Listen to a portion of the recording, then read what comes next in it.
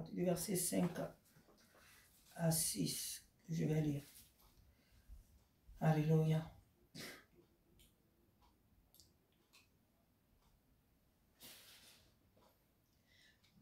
Sa mère dit au serviteur, faites ce qu'il vous dira. Or, il y avait là 6 vases de terre destinés aux purifications des Juifs et contenant chacun d'eux aux 3 mesures.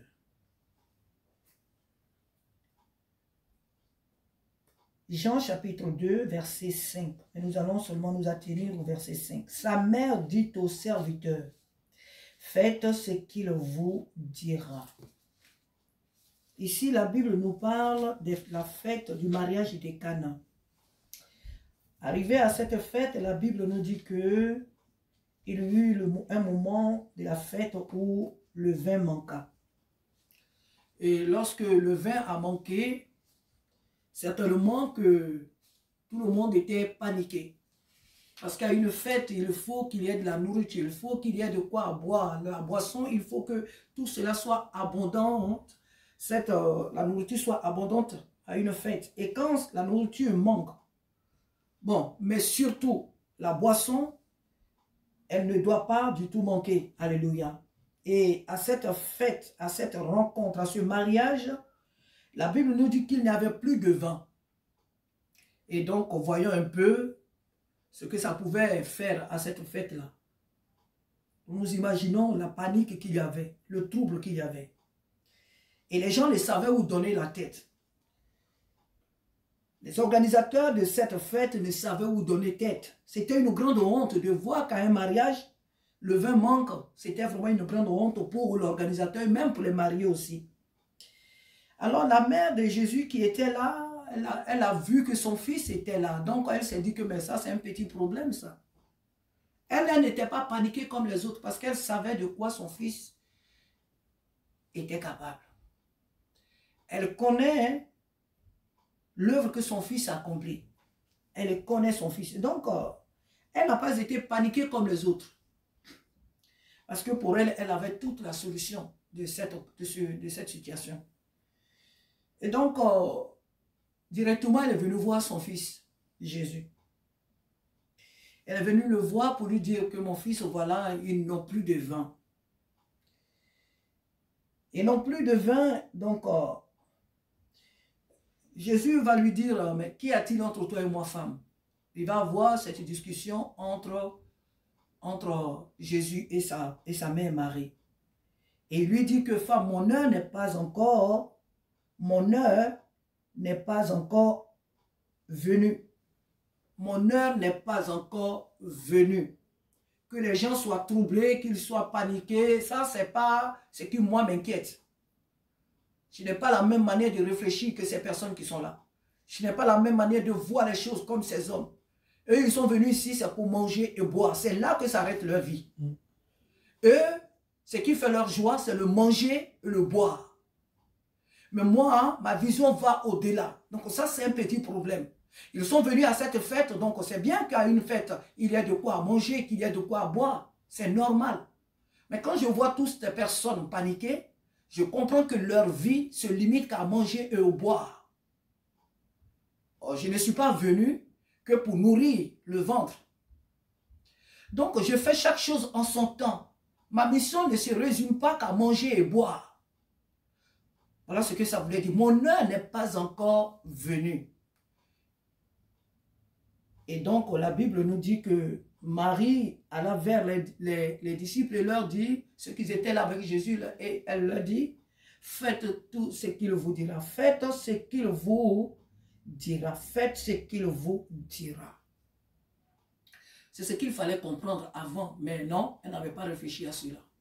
Et donc là, lorsque son fils lui parle que mon heure n'est pas encore arrivée, maintenant elle comprend.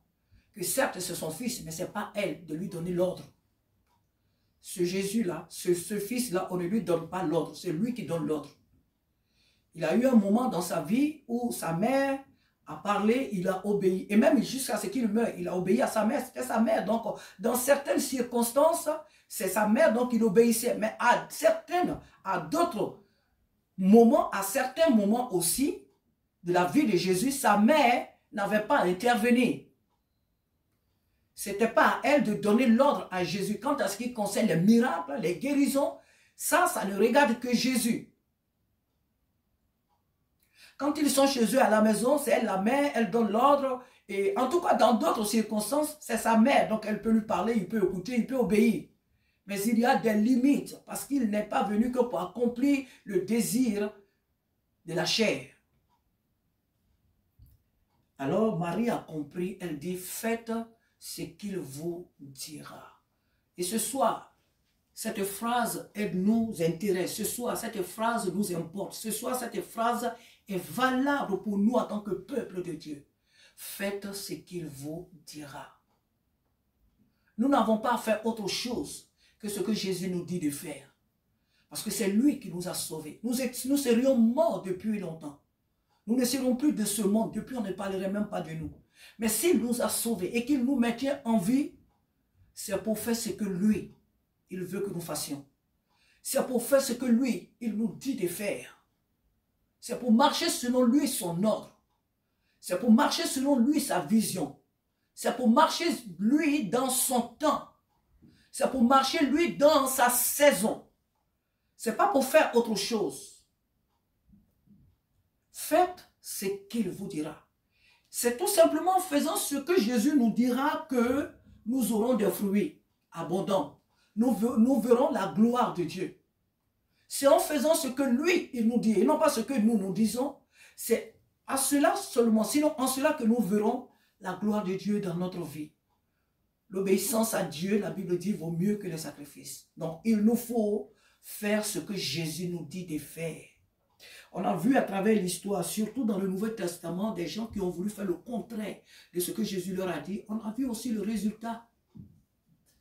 On a vu le résultat. Ça a été le désastre. Ça a été le désastre.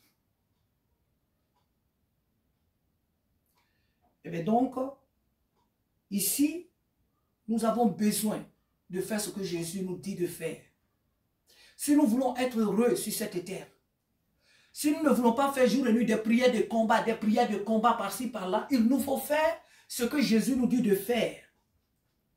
Et souvent, comme cette scène-là, nous voyons souvent des situations autour de nous qui nécessitent qu'on se lève pour agir.